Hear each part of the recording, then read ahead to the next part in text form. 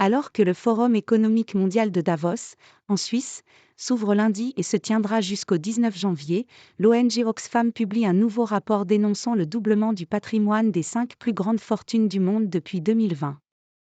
Alors que le Forum économique mondial de Davos, en Suisse, ouvre ses portes lundi et se déroulera jusqu'au 19 janvier, l'ONG Oxfam publie un nouveau rapport dénonçant le fait que les 5 personnes les plus riches du monde ont vu leur patrimoine doubler depuis 2020.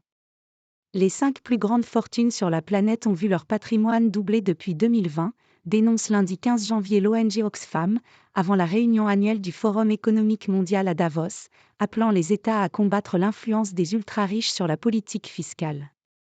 La fortune des 5 hommes les plus riches au monde est passée entre 2020 et 2023 de 405 milliards de dollars à 869 milliards de dollars, et celle des milliardaires a augmenté de 3 300 milliards de dollars, déplore l'ONG dans un rapport, citant notamment le fondateur d'Amazon Jeff Bezos parmi les hommes les plus riches de la planète. 6h24.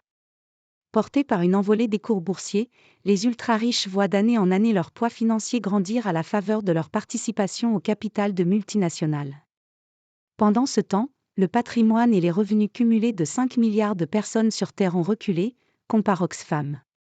En faisant pression sur les travailleurs et les travailleuses avec des salaires qui augmentent moins vite que l'inflation, en évitant l'impôt, en privatisant l'État et en participant grandement au réchauffement climatique, les grandes entreprises creusent les inégalités, écrit l'Organisation internationale dans son rapport titré « Multinationales et inégalités multiples ».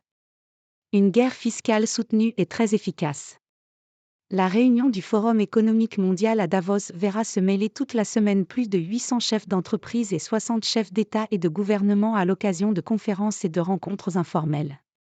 C'est justement ce mélange entre les intérêts publics et privés que critique l'ONG.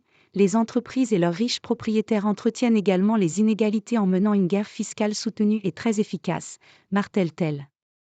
Partout dans le monde, les membres du secteur privé n'ont eu de cesse de réclamer des taux plus bas, davantage d'échappatoires, moins de transparence et d'autres mesures visant à permettre aux entreprises de contribuer le moins possible aux caisses de l'État, poursuit-elle, citant les « hordes de lobbyistes » et les « retombées mirobolantes » qui en découlent. Depuis 1980, l'impôt sur les sociétés a ainsi été divisé par plus de 2 au sein des pays membres de l'OCDE, pour tomber à 23,1% en 2022, détaille l'ONG.